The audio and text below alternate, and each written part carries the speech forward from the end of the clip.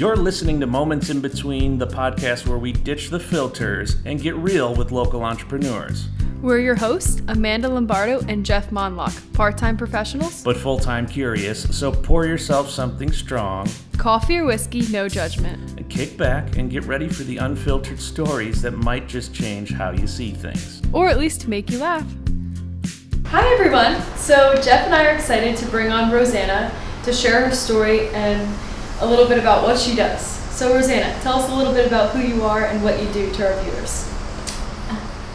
What do you do to our viewers? Tell them, how do you make them feel inside? No. Oh, wait, which camera am I looking at? You can look All at of them. No, you look at us. You don't have to look at us. Okay, look at you guys. Yeah. Okay, well, my name is Rossana, but usually, just to make it easier for people, I just like them to call me Ro. Just makes it easier. But basically, I have a creative studio in Somerville, New Jersey. It's called Raíces Creative Space. I host and create workshops where they're empowering workshops. I also help people with content creation and build community through art and storytelling. On top of that, I also published a book, so I consider myself an author, and I do real estate. So. Well, you published a book? Yeah, I self-published. Oh my God. We're so far behind in life. We Not got a lot to work. I'm going to publish a book just to be on top. No, that's freaking awesome. How cool is that? What's the book called? It's called The Little Book of Hope. It's basically poems and letters to different people to kind of just give them a little bit of hope. Wow. And how would you get it if you were interested in getting it? You can get it through Amazon, actually.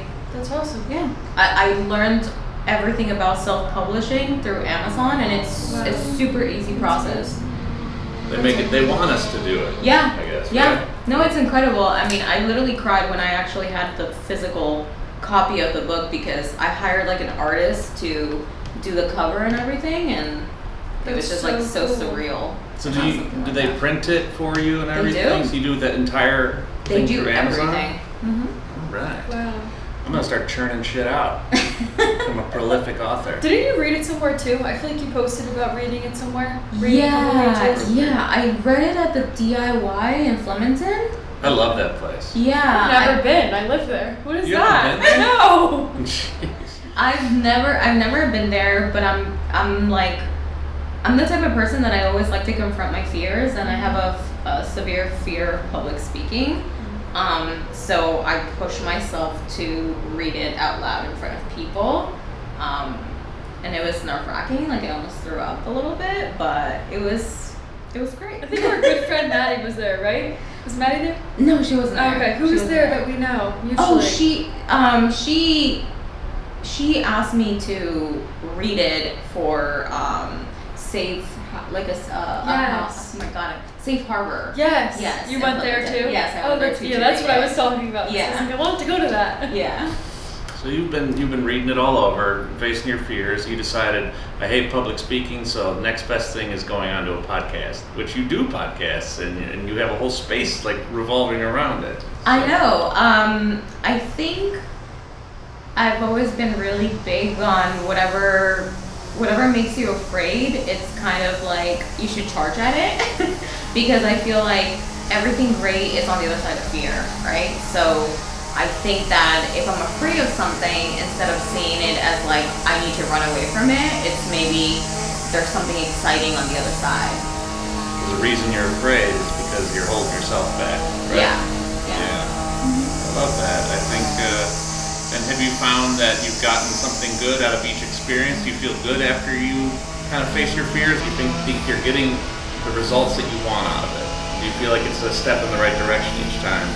I think sometimes, because sometimes I can be a little bit impulsive, and then I'm like, okay, what, can I curse here? Yeah. Okay. I'm like, Please. what the fuck did you do, Rossana? So it's like, I think it's a give and take, and I'm learning that. Someone that we both know, Tiffany, I think like she has helped me a lot with like my intuition, and like something that she always tells me and we talk about is discernment, right? It's like knowing when the time is right, knowing when to actually jump for the thing. I love that. I don't know. I always struggle with that, like discerning when like timing is right, and when to start this podcast. I can't tell you how long we've been talking about doing this, and then we just kind of kept being like, okay, and it took Amanda just showing up and be like, okay, we're recording an episode. Yeah. Like, oh shit. Yeah. So that says a lot about you taking these leaps and knowing and feeling your intuition and feeling like this is the time to do this. And I mean, you probably had to do that as well when it comes to opening up your space. So tell us a little bit about your decision to open up in downtown Somerville. Yeah, I mean, basically how it all happened was, I would say, very serendipitous or kismet, so to speak, in a sense of like, I had just left corporate, and I've always wanted to create a space, and I've lived in Greenbrook since like 2020. So it actually, I think it was very like kismet, like how everything happened. It was just like pure alignment. So I lived in Greenbrook. Like, I'm actually originally from North Jersey, so I moved into Greenbrook with my husband and stuff like that. And then we had visited Somerville a couple of times, and I was like, I love this town. I don't know if you've been to like Montclair or Verona or those towns. It has a similar-ish feel. I get a lot of Montclair vibes. Yeah. So I was like, oh my god, like I love this town. If I ever opened up like a store or something, because I kind of, at one point I wanted to open up like an apothecary. But then I was like, I don't know what I would open up. And I was like, it would be here. But I was like, it must be so expensive, because everything in North Jersey is like $3,000, $5,000 like a month. So I was like, it might just be a dream, right? And then like years go by, and then I leave corporate, and I'm driving by with my husband on the day that I left. I actually left on disability because I was having like severe panic attacks. And like my mental health was just like done. And I was going around with my husband because I just needed some air. I just needed to kind of ground myself. And then I see like a for rent sign on Division Street, and I was like, I'm just gonna call. Like, fuck it. And then I called. They showed me this tiny little space, and I was like, it's so tiny, but I feel like this is the right thing for me. And then he tells me how much the rent was, and I looked at my husband and I'm like, fucking kidding me. So I was like, I'm doing it. Like, I'm just gonna figure it out and do it. Not that I regret it, but I do think it was very impulsive in a sense, like, I didn't know anything about business, and it has definitely been an uphill battle. How long have you been there? Since November, like we got the lease on November of 2023. Okay. Yeah, but we opened up Raíces February of 2024. Okay. So it's been like about a year. Yeah, like a year, and so there's been a lot of learning curves, a lot of moments where I'm like, should I even be doing this? You know, but I feel like a lot of entrepreneurs struggle with that. You know? That is the biggest all thing. Struggle with It's that. imposter syndrome just looms over your head the whole time. I think that's how you know you're doing something right. Mm-hmm. You know, if you feel like you're doing something wrong, it's probably, it goes along with like pushing your own boundaries, like we mentioned before, and doing something that's a little bit uncomfortable. Yeah. I love your space. I think it's such a cute space. It's got you capture so many different vibes in one room, which I think is the dream for creatives, right? And you have it right in downtown Somerville. The location couldn't be any better.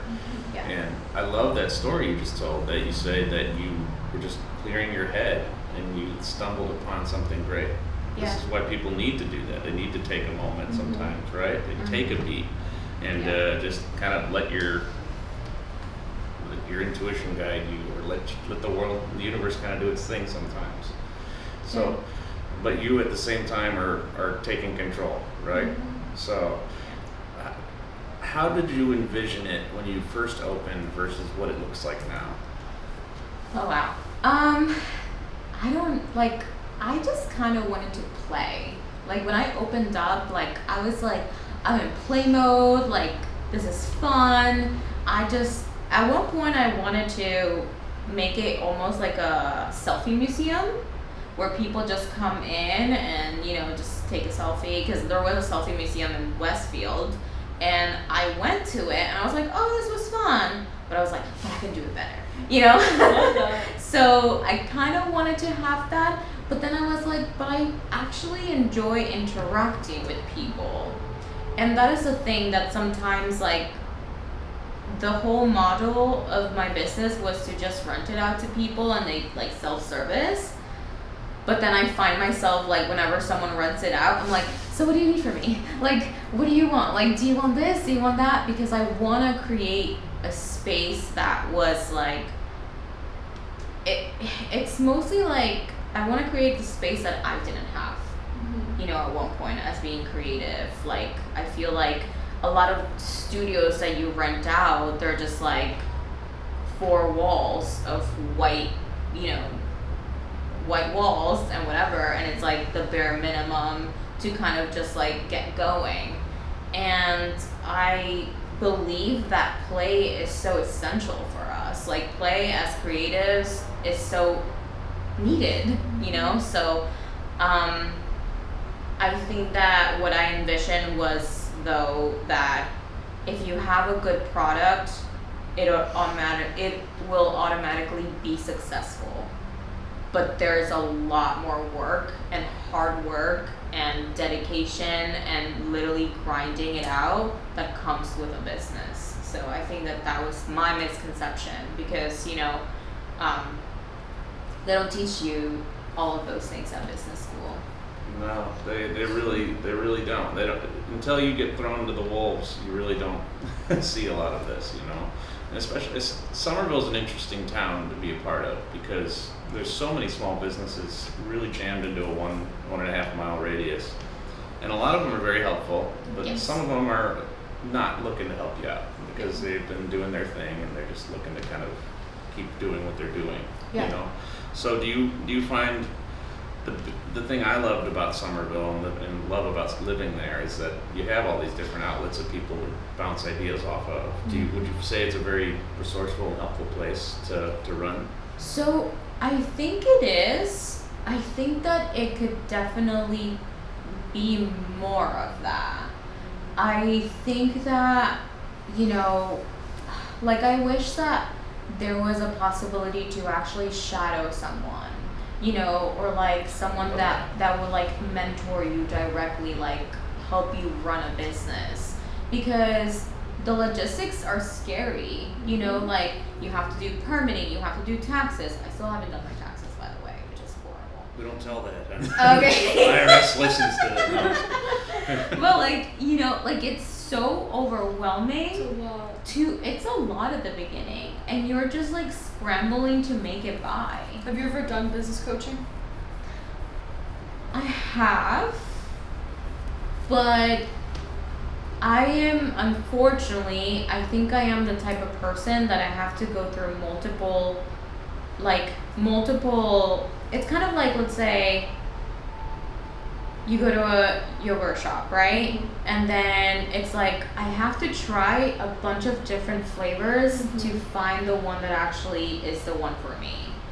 And I struggle with that a lot, because not every business coach has the same mentality that I do. Not every business coach has comes from the spiritual aspect as well. You know, I feel like it's balancing everything of who I am.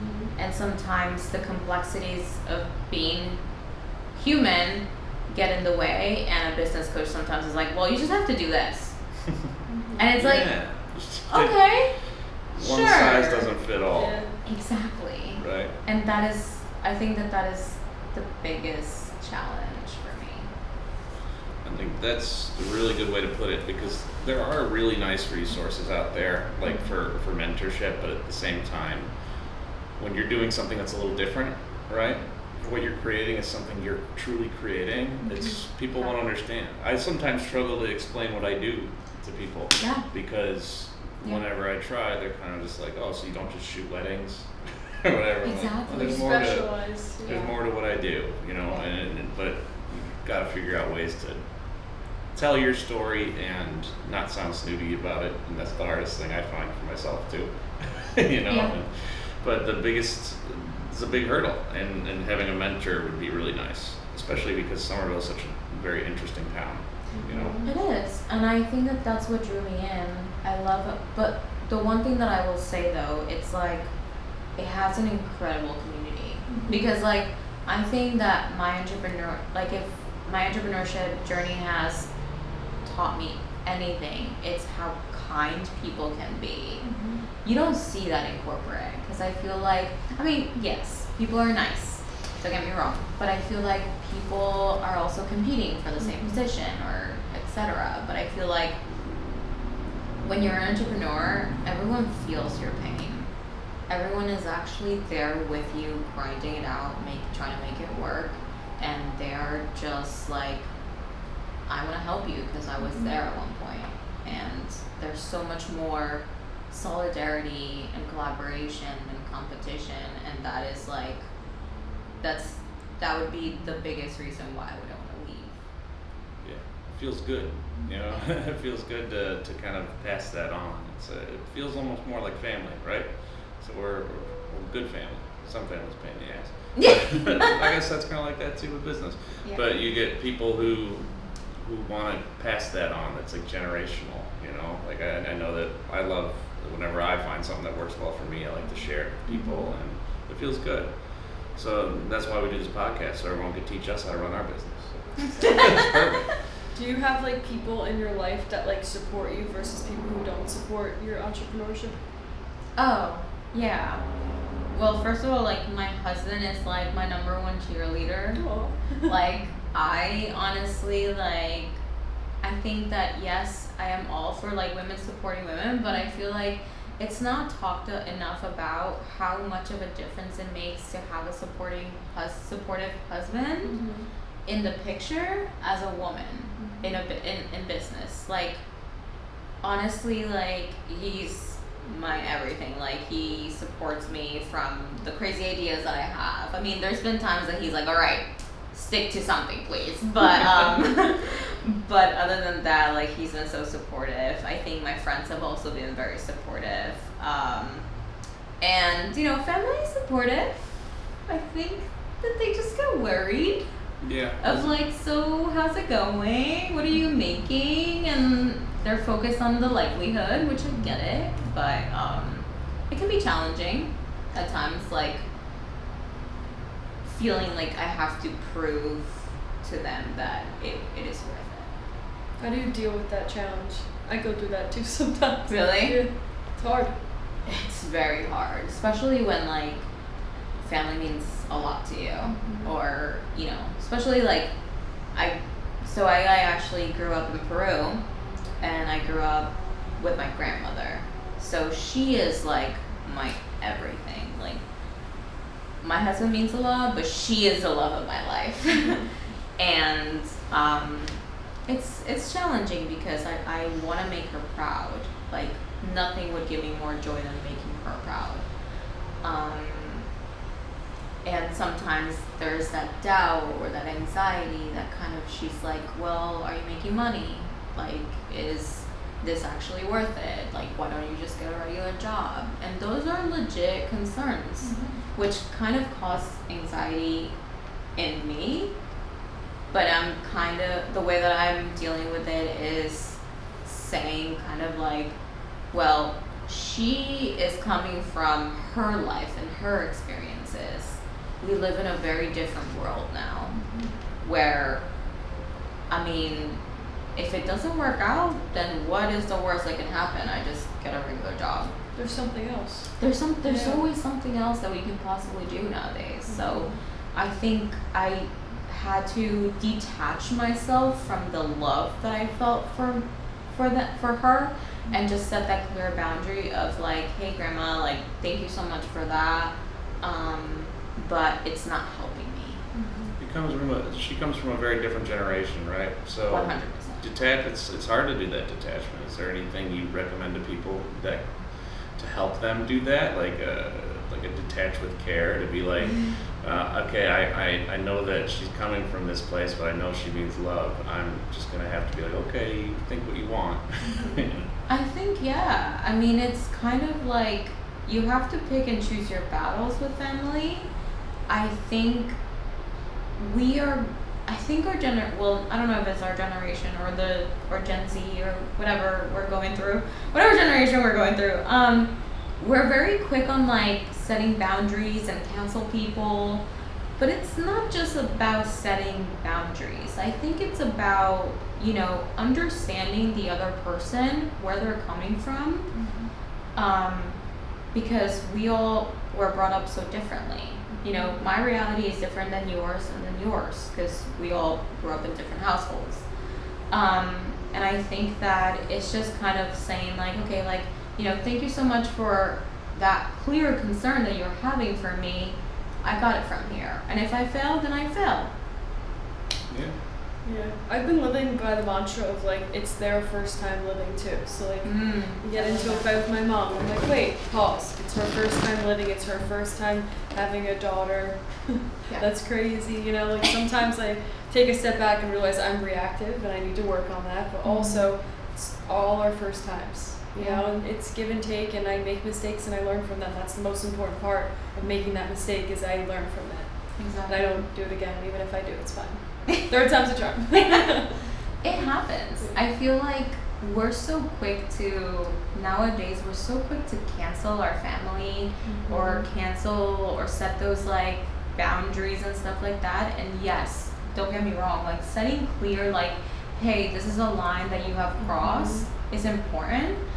But I think doing it with love and doing it with like that care of like, I understand that you were also just trying to love me in your own way, because not everyone is out to get you, especially like family. And it's okay to detach sometimes. You need space if they don't align with like what you want to bring into the world, like sometimes, I don't know if you guys have this issue, but like sometimes there's certain like family members that can be like very negative and always like, oh my god, like this and find like the most mundane thing the worst thing, or like something to criticize all the time.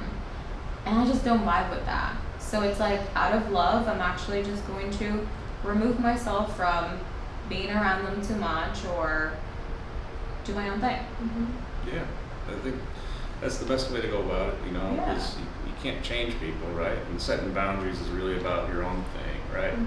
That's the biggest struggle whenever, like, my wife and I set a boundary with like a family member that maybe we feel similarly with, where we're like, it's just a negativity that's bringing us down. It's not letting us live our life. So if that person doesn't listen to the boundary that we create, it's not their fault, because they're just being themselves.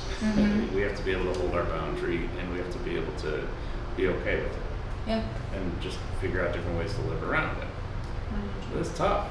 It is. It's really Boundaries hard. are hard. They are. I mean, honestly, I think that dealing with people is the hardest thing. As entrepreneurs, that is a huge part of our job. Every day. Which that is also a part that scares me, because I'm like, I think that I'm very awkward. Or you guys, Awkward's good. Everyone keeps on telling me that, but I am like literally inside when I have like, when we have like networking events and stuff like that, I am literally like, what do I say? I do the same thing though. No one knows that though. Yeah, no one knows I'm that. like, shit, I gotta show up in 5 minutes. Like, it's kind of just like, I have to be on, you know what I mean? And I have to bond with people and stuff like that. But it all comes naturally. We do it. Your social battery runs quick though, right? It does. Like, after networking, it's exhausting. Except for the ones that are like hanging out, like, the happy hours and stuff There's like one on that. Thursday. Yes, tomorrow, right? Yeah. Yeah. Okay, yeah. Those are nice because it doesn't feel like it's a like forced stressful networking setting where I need to. It's like, okay, I have like 2 hours here. I need to hit blah blah blah. Like, that just feels so forced. I hate that. Yeah. I didn't like BNI when I tried it. I like this kind of connection where it's like, hey, what do you do? And it's like natural, and like maybe I don't see and talk to everyone at the table, but I get an idea of through you what the person next to you does. I feel like it's very with a drink in my hand. Yeah. Yeah, that's the big part. Is you gotta have a drink in hand. Yeah. We should just start showing up to B&I groups, just be drinking. Drink in hand. It makes it tolerable. Yeah, it could be we'll 7 be a guest. a.m. I just can't do it. And forced. Like, I don't want to be forced to recommend some lawyer. Or like, I went to a B&I, there was like a lawyer, a mortgage rep, a realtor, and they all, work together. And then it's like, oh, I'm the pet sitter. Hi. Can you recommend me? Yeah. Every house you sell, you're going to recommend me? Yeah. I mean, I've been to B&I as well. It's very organized, which I do appreciate a good structure. Because then when everyone is just like, it gets messy and then it's not actually like efficient. Mm-hmm. But it can be nerve-wracking, and I feel like it misses the point of the bonding. Mm-hmm. Yeah, I had to stand up and introduce myself. I'm like, I have to stand up? I'm like, you didn't tell me this. He's like, get up. I'm like, no. Yeah. I was so embarrassed. And then, like, you look straight ahead and there's 3 people standing. And then you look around the room and it's all these older people. And I'm like, they probably think, like, this girl needs help. I wish I was there for that. I would love to see that. No, you know what's so funny? Embarrassing. Because I'm trying to get over like my fear of like public speaking. I actually would ask my friends because one of my friends, Sonia, she's a realtor and she's part of a B&I group. And like I would ask her like, hey, like whenever you need like I'll like temp or like whatever, I stand in. And just to get over that fear, because literally it's a room full of people staring at you. You see the binder come out, I'm like, oh no, what's this? Put your business card Yeah. in. I'm like with my phone, like, my name is Rossana. Yeah, and they all want you to have this 30-second elevator pitch nailed, because if you're taking too long, they're like, we gotta get through this because we're only here or for too an hour. short. You're Mine too was like short. 7 seconds. I'm like, I specialize in letting taxis.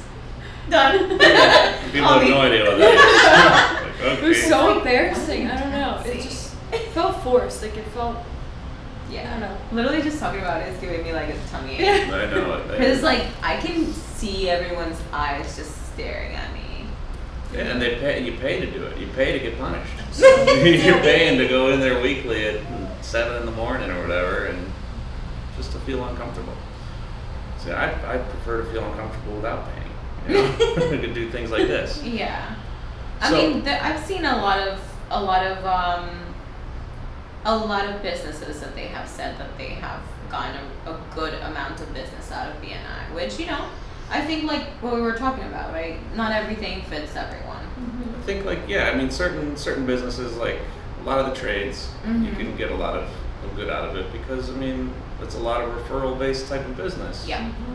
People are always going to need an electrician, or they're going to need a plumber, they're going to need a lot of things like that. And it's nice to be able, or like a mechanic, and be able to go to someone and say, hey, do you know someone? Like, oh yeah, this person's my go-to. 100. Not everybody's like, do you have a headshot photographer who specializes in branding or whatever, or a studio, or do you have a creative space? Like, Yeah. can't tell you how often someone's looking for a creative space, No, but like, I think it's nice to have that recommendation, but it's also, there's a level of, for what we do in the creative industry, where people feel like you're forced to recommend somebody a certain way. It doesn't feel as natural, right? Like, I want someone to recommend my work because they liked it, not because they have to get a certain quota to match the group. So. Well, that's also my issue. Is I try to recommend whoever I work with, in a sense, like I have paid them as like for their service, and I know their service. Then I can recommend you. Like, it's like, because at the end of the day, it's almost like my seal of like, yes, this is good, and I want to be known as a person that, oh, okay, Rossana recommends really great people, so. Yeah, And it comes back at you too. Exactly. Yeah, exactly. You recommend a dud, that's not going to look good for you or your business. I've definitely referred people in the past, and the people have reached out to me before, like, that was not a good referral. I'm like, fuck. Yeah. So I have learned my lesson, especially like. Yeah, I'm very careful with that. Well, you have like this kind of, and I feel like I'm a little like this too, and Rossana, you might be a little bit like this, and you've probably like narrowed down on it, but when you really like bringing people together, you kind of make it happen. And like, so I find out someone does something pretty quickly, and I'm like, oh, I'm gonna make sure to help get you business. But sometimes you don't realize, like you said, it's better to use the person first and see how they work before you just go start recommending them. Yeah, because I mean, there's so many people that are like great friends, you know. Would I work with them? I don't know. Because I mean, I'm serious. Like, there's people that are like really great people, but like, I was actually gonna make content about this the other day because there is like, I went to the dentist, and there's 2 different dentists where I go, right? And there's one that he's just very like straightforward. He's going to do your like, he is like in and out, but his work is like top notch. But he's also not very how do I say this? Personable? Yeah, like bedside manners a little different? Yeah, like, he's not like, oh, like, hey, like, how are you feeling? Like, stuff like that. He's like, you're good? Okay. All right, you feeling okay? All right. Like, you know what I mean? Like, it's like, boom, boom, boom. And then there's another doctor. It's like business. Yeah. And then there's the other, and he got me out, like, literally in, like, 45 minutes. Oh, God. Like, it was insane. And there's another doctor that she's very personable and stuff like that. But it took her, like, 3 hours. Holy shit. It's a whole, you have to plan your day around that. Right. So it's like, I feel like, you know, which one do you choose? It's like, sometimes there's people that are, you know, it's hard sometimes, like, I don't want to say like assholes create really great work, but I'm saying it's like, it's a balance, you know, trying to find that person who's like actually really great, you know, and stuff like that at their job, but they're also a good human being or like a nice person. Like, it's tough sometimes, you know? Efficient and kind. Yes. They don't always go hand in hand. They don't. Do you struggle with like people pleasing? Because of like the business you're in, like you want to be involved in the space. I do. Yeah. Very How do you much overcome so. it? Oh. Still figuring that So out? I'm struggling with it right now, so I'm like, I wonder if my guests are struggling. Well, people pleasing, I think lately, like ever since I turned like 32, I've just been like, kind of like, whoever is my customer will find me. Whoever is the person that I'm supposed to attract, then that's who I'm supposed to serve. And they will value what I'm giving. If it's not valued, then they're not my audience, they're not my client, they're not it. So I'm just kind of going along those lines and not taking it so personal if someone has like, oh, well, this is not perfect, because that's why I actually stopped doing like content for other people, because I'm a super perfectionist. It's really tough doing content for people. Like, I've honestly thought about narrowing what I do to more just like branding, photo, and things like that, because when you're doing especially social media content, nobody knows what they want. Yes. And they don't know what they want, and then when you create what they ask you to do, sometimes they'll be like, no, that's not what I asked. You're like, okay, we'll do it again or whatever, and you can only have so much time. The editing is intense, you know, like editing takes a lot of your time, like it's time consuming, and I've gone through that challenge of like people just thinking like, oh, but you could do it after, like, right? Like it's an easy fix on editing, and it's like, that's my favorite. No, not really. Not when you do it well. You're very good at what you do, so I can see the perfectionism, like that makes a big difference. It's not easy. It's not easy. But going back to your question, I think it's just detaching from whatever opinion someone else has of you. If you know that you tried your best, if you know that you showed up 100%, there's nothing that you need to continue pleasing for or feel imposter syndrome for. I think that I've learned that I feel imposter syndrome when I know, like in the back of my head, is like, maybe I could have prepared a little bit better. Or maybe I could have done things a little bit more efficiently. That is just kind of like you're conscious of like, hey, you could have done, you gave 50% when you could have given 80%. And Yeah. What's like a current challenge you've been dealing with? Like how do you juggle everything you're doing between like real estate and Raisin's creative space and everything you do? Honestly, I don't. You don't deal with it? I don't juggle Just lets it it. happen. I literally wake up and I'm like, what do I have to do today? Probably the best way. I just freeze. Honestly, I don't know. What I've learned though is from like going to, like meetings, like the morning meetings that you guys have, or like or talking to other business owners and stuff like that. I think that systems, oh my God, like systems and being organized will literally work wonders. And also like creating like tiny little habits for yourself. That one was huge for me. Like I started in July 7th, I started this like 30 or maybe 75 hard challenge of like just creating like small habits for myself. Awesome. Which have made, creating content or anything else like easy, because now it's like second nature. Now it's like consistent, even if I just post like something quickly. But yeah, I think systems, organization, calendars. Oh my God. I used to actually be the person that would make fun of people that it's like, let me just pencil you in. And I'd be like, what the fuck? Like, what do you mean pencil me in? Okay. But now I'm that person. Yeah. Because I'll forget. It's tough. Like, and everyone's calendars are shifting so much. And, and we have such access to everything now, right? So I have way too many conversations a day with people.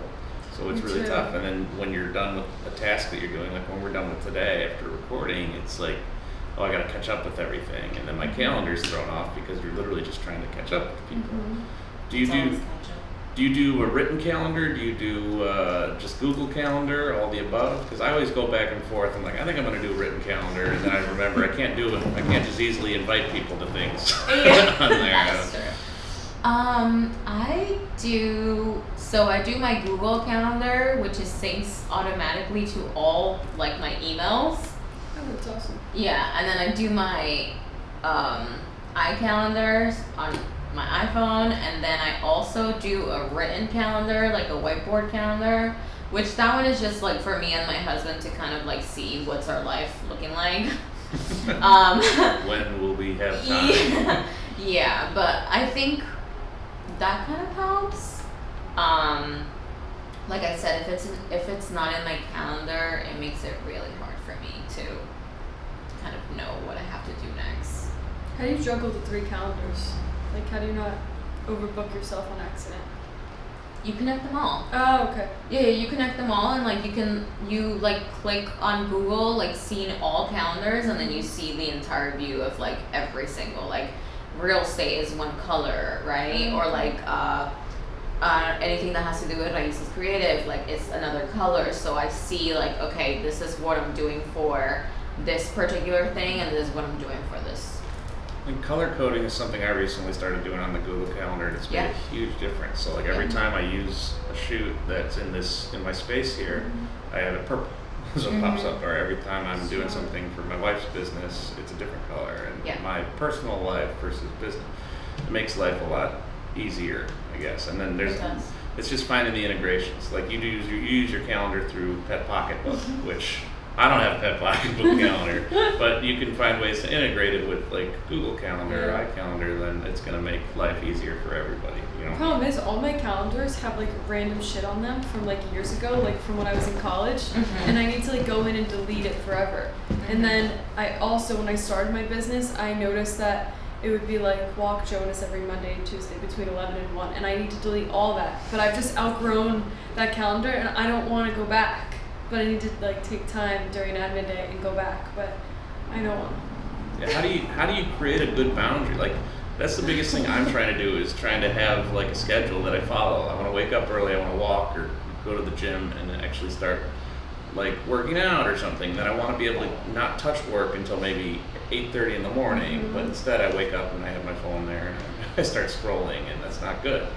Like how do you, like, because you're telling me that you're doing, like obviously you're being humble and saying, I don't know, like I just wake up and I see what I have to do. But it sounds like you do have an organization to it all.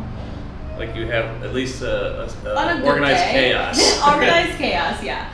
I think on a good day, the way that I try to go about it is like, I mean, ever since I started that like challenge, it's like, okay, these are my main goals for the day, right? My main goals is pretty much I have to post at least once a day.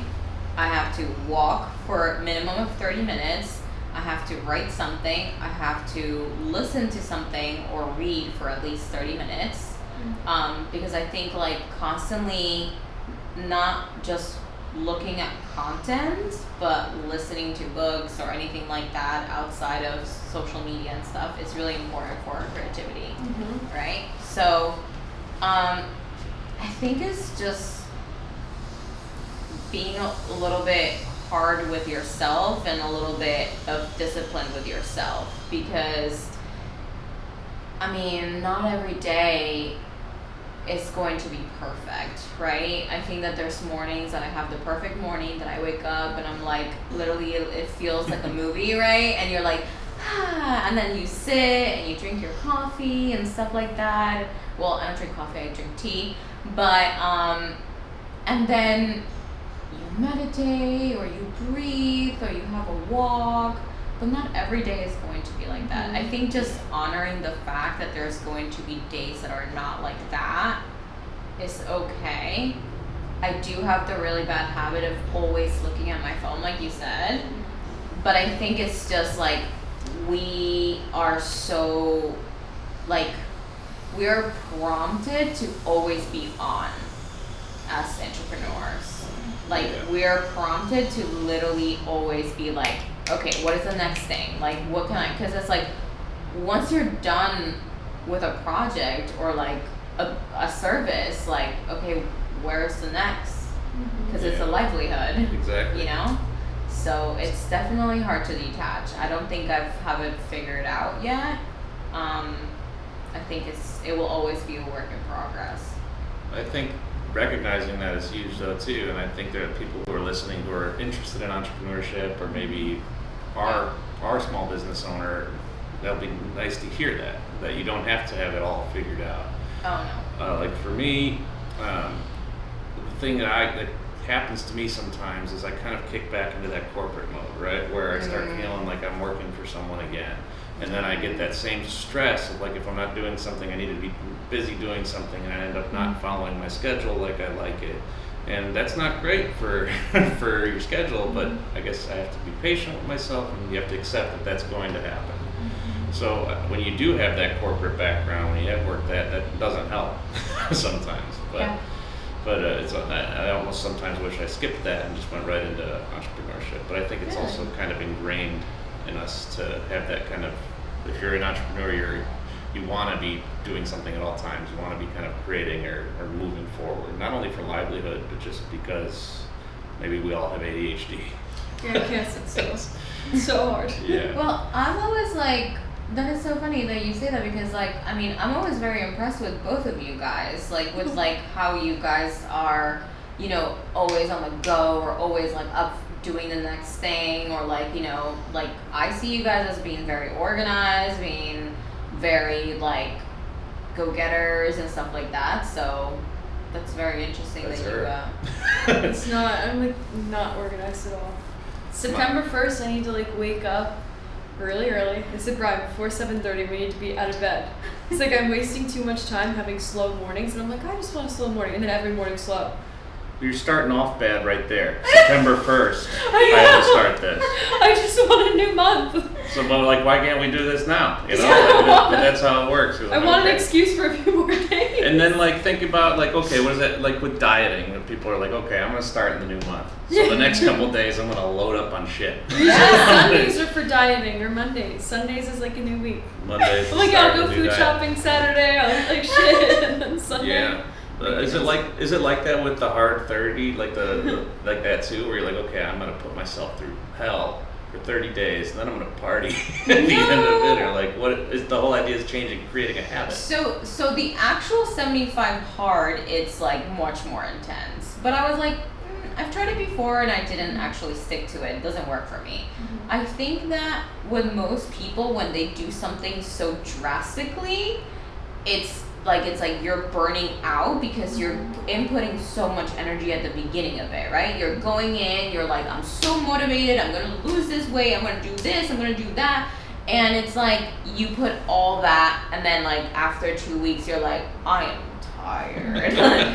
So I took it the other way around. Like I made it the opposite of like, okay, what is the minimal that I can do that actually creates a change? And I just kind of like, it's like as I go on, I'm going to up it. So it's like, it's going to compound, it's going to grow over time in increments. I like that. I mean, that's probably how you should do it, Yeah. right? They say that with like working out, like when if you're training for a marathon or something like that, or a half marathon or a 5K, you don't just do what she does and sign up and just go run it. Just sign up and run. 'Cause Brian's big into running. My knees would give out if I were to do that, because But I would have done it in my 20s though. yeah, I guess I forget that sometimes that you're kids though. My ankle got surgery and I'm good to go. Wait, how old are you? 25. 26. Yeah. Shit. Remember those days? Yeah, I would have. In my 20s, I probably would have done the same thing. It's I did do the same thing at 26. I ran the Knoxville half or something, or no, I ran the Knoxville 5K just after never really running, and then I got into running after, but I was just like, oh, I just got up and ran a 5K without training. Yeah. Now I can't. If I did that, I would be in the hospital. Yeah, I mean, 5 years ago, I went to Peru right before the pandemic started. Wow. And I climbed this like huge mountain without any training, without anything, and I was just like, yeah, like It was a fuck it moment. yeah, it was a fucking moment, and I was like, I can't believe I did that shit. Just climbed a quick mountain. Yeah, just No. like I just could going never. It's like my biggest fear. Mountains? Climbing a mountain. Yeah. Why? I don't know. I just saw Gotta too many face it. fan movies. No. I love that. This is the fear you need to This is face. not. Wait, what's your? So the nice thing about a mountain is you can just roll down. You know which way to go as Like you with get like out. ropes and stuff, like that kind of mountain. No. No, it's not rock climbing. Oh, okay. No, it was like That's like what scares me. No, hike. it was like a mountain. It had rocks, but it was like like safe to go up it and was down. safe. Okay. Yeah, I did a volcano last year. Oh, that's cool. That would be awesome. That was really That would be cool. a really cool experience. It But- was. But yeah, rock climbing's a whole different ballgame. Yeah. That I'm afraid of too. Yeah. Yeah. Something gives and then you're flying. I'll leave that for, the adventurous Yeah. people. So within like the last 5 years, like where do you see yourself? Like you said you were in Peru 5 years ago. So how is it like 5 years ago to now? Oh wow. I was a very different person. I think That's good. that yeah, that's good. I think I've always had a lot of fears. I've always been a very afraid, like fearful of like the future and life overall. I think in 2020, I think my anxiety and fears grew even more after the pandemic. Everyone became so isolated. But it also gave me time to like think, and it gave me time to figure out things about myself and where I wanted to go, right? It's like, okay, kind of like accepting who I am in the moment, but knowing where I want to go and who I want to become. And I think that every year, little by little, eventually I'll get to the point of no fear. And I mean, my biggest goal, even though it's my biggest fear of public speaking, is to be a public speaker.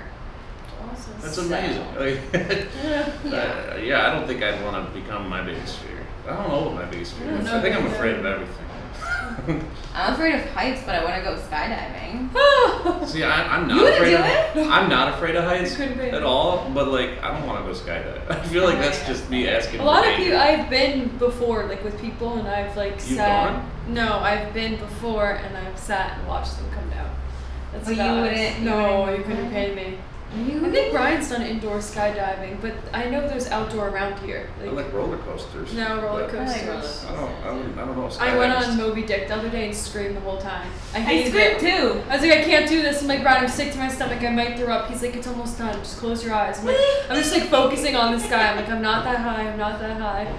For like probably 2 minutes. I don't know, a minute and a half. Who knows? Well, It's the some worst. things I just feel like you have to like just say you did it. Yeah. I don't know. Like, Yeah. it's like, I fucking did that, you You've know? never been on an upside down roller coaster. You've never been on the loop-de-loops? Nope, no you know what? loop-de-loops. It took me about 20 years before doing that Really? too as a kid. Well, we also had like somebody have a terrible accident on a roller coaster by us where like their hair got stuck in it. So Oh my god. and That's really scary. yeah, so like you never know, but it's like that Yeah. skydiving, you never know. It's probably safer than any roller coaster I've been on. Can you honestly. imagine like my But- ankles, like when I land, like my ankles don't feel good. Like if I jump off a swing, I've always had that even before surgery. Like I don't know, I don't like that. You don't have Scares me. anyone holding you when you jump off a swing with you. Oh, you do with skydiving. Yeah. The person They're not just jumps gonna push down. you off the plane. There's Oh. usually someone attached to you. Yeah. Oh. and You're then not doing it by You yourself. guys go in the grass together? I don't know. Yeah, I've you never land done it. together. Yeah, I can't remember. It was so long ago watching it. That's a good point. Let's all three of us go skydiving Hell no. right after this. No. Right after? Yeah, facing our fears. Pay me. No, probably not a great idea.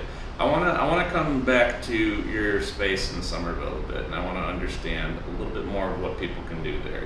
The fact that you started as a selfie idea and turned it into what it is now is incredible. And I always tell people like it's really cool to see how it keeps growing. Every month there's something new. You're really good at cultivating different events and also keeping culture involved in it too, kind of that back cultural, like it's really nice to see. So what do you envision the space to look like moving forward?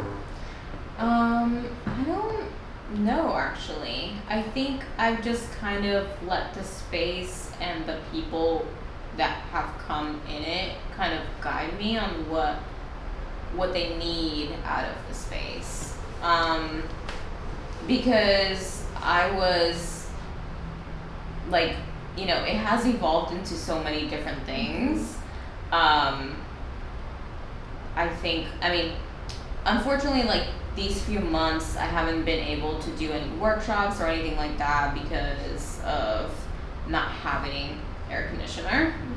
And we finally set up, but you know, setting up doesn't allow, like if you have the AC like running behind you, you can't really do a podcast or No, like, it's too you know, loud. it's too loud. So, you know, that has been a hurdle for us, but I think what I envision it is to just welcome more creative people, maybe hosting more open studio nights where people can just come in and create. I've seen like an open mic too. Yeah. My friends like by Jersey City started doing like an open mic at a cute little shop. Coffee and shops I'm are like, great for that. Like Yeah, Andy yeah, does it's open cute. mic nights Oh, once a really? month. Yeah, and they do. Yeah. Bliss does too. Bliss does them. Yeah, Bliss does that's a lot of cool. really neat stuff, and Yeah. I feel like they align very much with the vibe of your shop. When you I walk into know! Bliss, it feels like an extension of where Yeah, where it's you kind of funny because like before opening up, like I didn't know Somerville too much. Like I had been the stores that I had been in Somerville was Soul Trip because I was directly going to like purchase like crystals and stuff, or what is it called, the ice cream store. So it was just like very mild I knew of Somerville, and then I was just like, yeah, I love this town, I love the energy, I want to come here.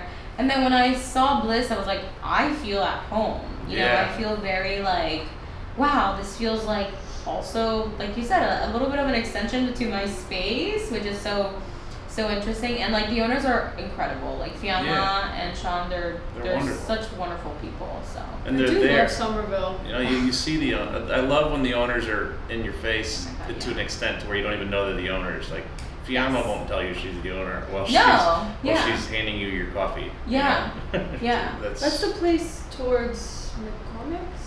Is it that? Yeah. Yeah, we've been there. We should never decide what something is based on Hotel Somerset. Like, okay, it's close to McCormick's. Have you ever been to Hotel Somerset? no. That's an experience. We should Really? go. There's a dive bar. that's in there. Oh, like Yeah. right by Turf Across Surfer. from Turf. Yeah. I've been there. Oh yeah. Yeah. Special place. It's like being back in high school again. It was actually in It's Clifton. There is a dive bar called I think the Cliff or something like that. Oh, that's and great. like yeah, it's It's neat. it We meet is. some folks. You do. It's like this whole like Not as many creators. Yeah, it's got the big. You got some creative people in there. Come up with some creative ways to take people home. Sure. That's the thing. It's like, not for business related, but like not our business related. Yeah. And now there's underground, which That's I haven't right. been to yet. I have not been there. I Me want to go neither. there. We're going to talk with Amanda of Avant Ariel. Her husband, actually, he's a DJ. He'll perform there every once in a while. Oh, that's too. so cool. I didn't know that. Is it Yeah. food stuff too, or is it? I don't know. I've never. I don't think so. It's Somerville. It's downstairs of the brewery, the village. Oh. Yeah, so Is it looks new? Like, yeah, it's Yeah. like within the last 6 months. Oh wow. It looks like a Every cool vibe. weekend. Every weekend, yeah. I think it's Friday, Thursdays. Saturday. I met the promoter at the Somerset like partnership Oh, cool. event, and he said that Saturdays are probably like the best time. But is it for like kids, like people No. that just turned 21, or is it for like? It's a older different people? crowd. It Oh, seems like it's an older, okay. like a late 20s, 30s, Oh, we should do an 40s area crowd. out there. Yeah, post an episode there. Yeah. Oh, In is the middle of- that? yeah, Let's not do that. just bring a camera, sit at the bar, and then Yeah. go dancing. Yeah. I mean, I don't know where to find creatives though. I think that's the hardest part, and I was hoping to find more like creative people, like people that just want to like, you know. And I have gotten like DMs and stuff like from people asking, hey, do you do like arts and crafts night or something like that? Fun. And I was like, I could. People are chomping at the bit for art to come Yeah. to Somerville more because Yeah. there's little bits and pieces, little breadcrumbs of it, Yeah. but they're not willing to come out and say it. Like I feel like every time, like whenever we have a workshop or whenever we have like an idea, we put it out there on Instagram or Facebook. People are biting at it. Yeah. But how do we consistently make this a thing? It's almost like you got to dredge through Yep. having something monthly and just hoping people will hear about it until people hear about it. Mhm. You know, I go through the same thought. I'm like, maybe I'll have like a paint and sip night here at Could the be Van fun. Horn House because it's a big space. You can get a decent amount of people in, but and then at the same time, like I don't know if I want to dedicate a night to doing this. So it's your fears. It's a lot. Yeah, It's a lot. It's a lot of preparation. Like when I have my vision board workshops and stuff like that, it's a lot to prepare. And then, you know, when I'm trying to also like figure out new workshops, I'm like, will people like it? Will people buy? You know what I mean? Like it's like, it depends. And that's kind of like where I've been at, just kind of figuring out what people like. And I have posted like, you know, questions is like, would you like this? Would you like that? And maybe I've gotten like one response or two responses, but that's not enough to actually, warrant it. yeah. Yeah. So, That's and I right. wanna bring fun stuff to Somerville Yeah. because like, you It know, needs it. it does. I feel like Central Jersey, there's not a lot of like, if you want to go to do cool stuff, you go to either New York or Philly. And Yeah. Central Jersey deserves to have like fun stuff.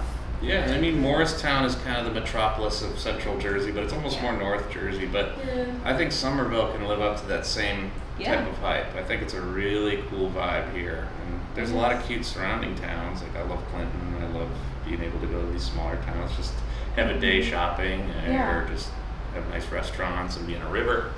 But yeah, I love that. And I think that you're going to be the driving factor of Somerville, especially because a lot of it's all on your shoulders. Don't fuck this up.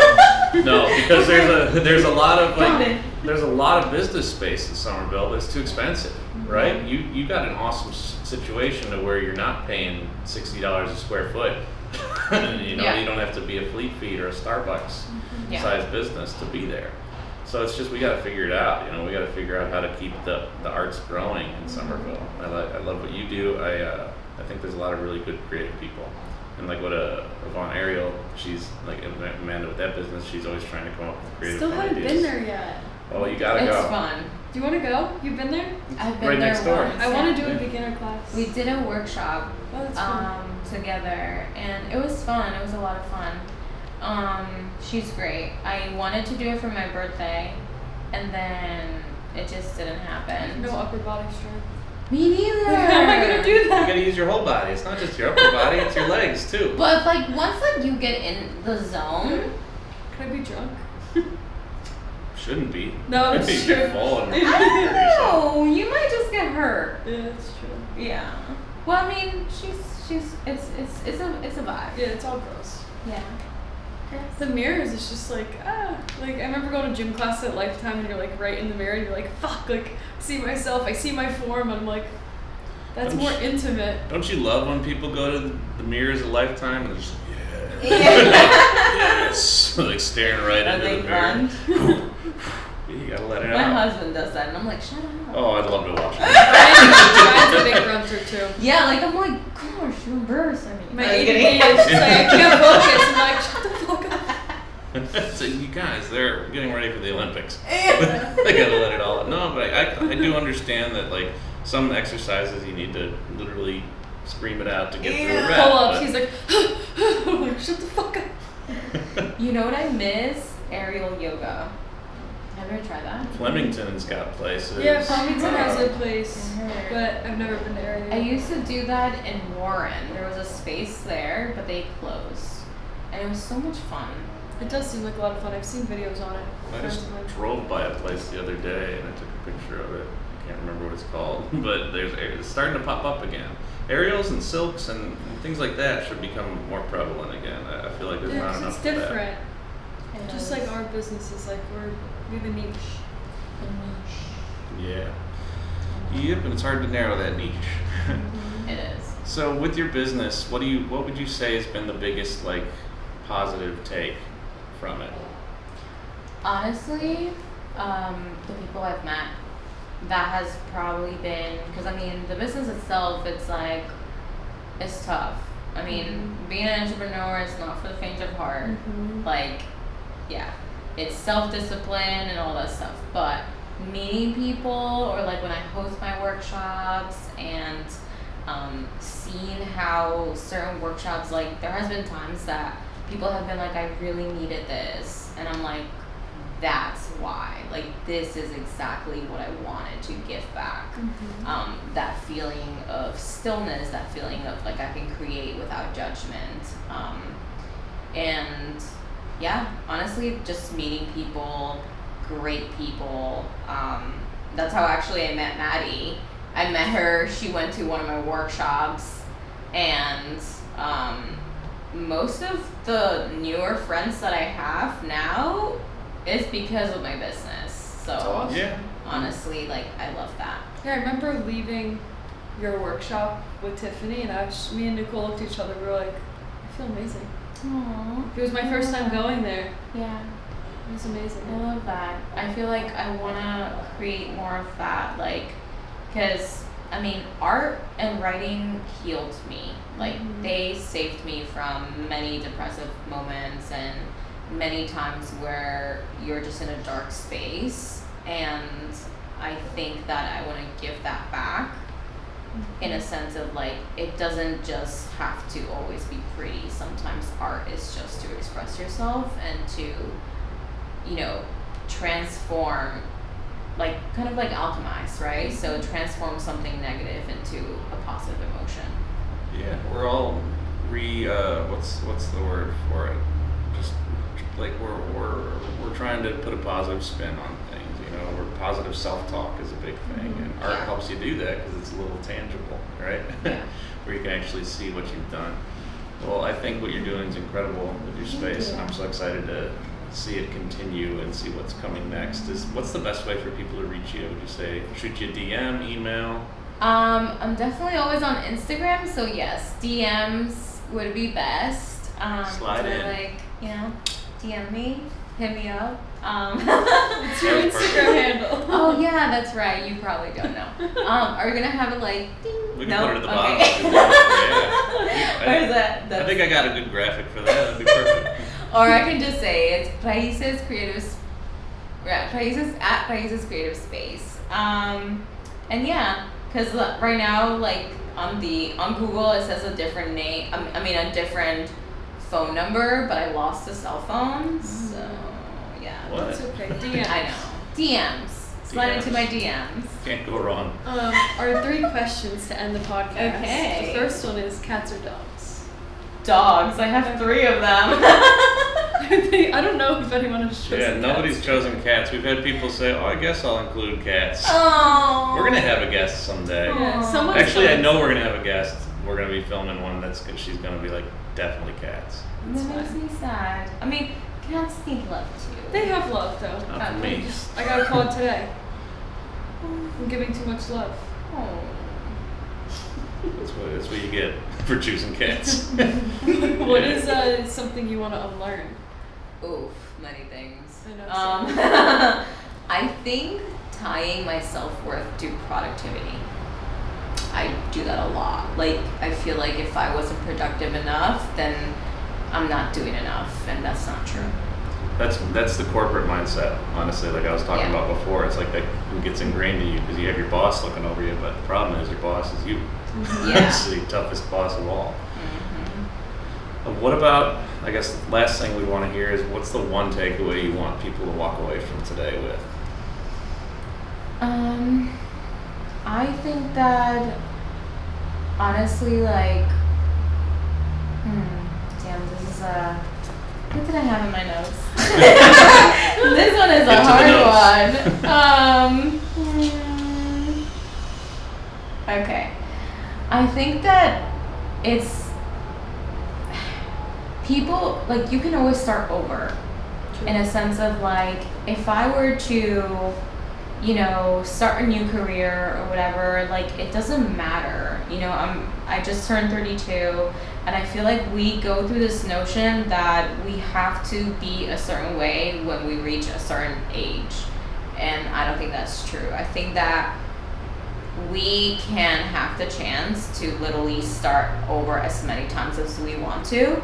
It's just a matter of putting in the effort and the consistency, and if we love it, it's okay to be multi-passionate, because I mean, I think as creatives we tend to be that way, right? And people just tell you like, oh no, you have to pick something. Yeah, you have to pick something for right now, but then you can pick the next thing that works for you and that makes you excited and that brings you joy. So I think don't limit yourself to just one career for your whole life or one thing for your whole life. I think if you have it in you and you can do it, you can just chase whatever brings you joy. Beautiful. That's a good thing to leave on. That's awesome. Well, thank you so much for spending the time with us today. Looking thank forward you. to everyone getting to learn more about you. Thank you And for making me comfortable. I was really nervous. You did great. Thanks. Dang it, we were trying to make you uncomfortable. I guess it didn't work out, but alrighty. Well, until next time.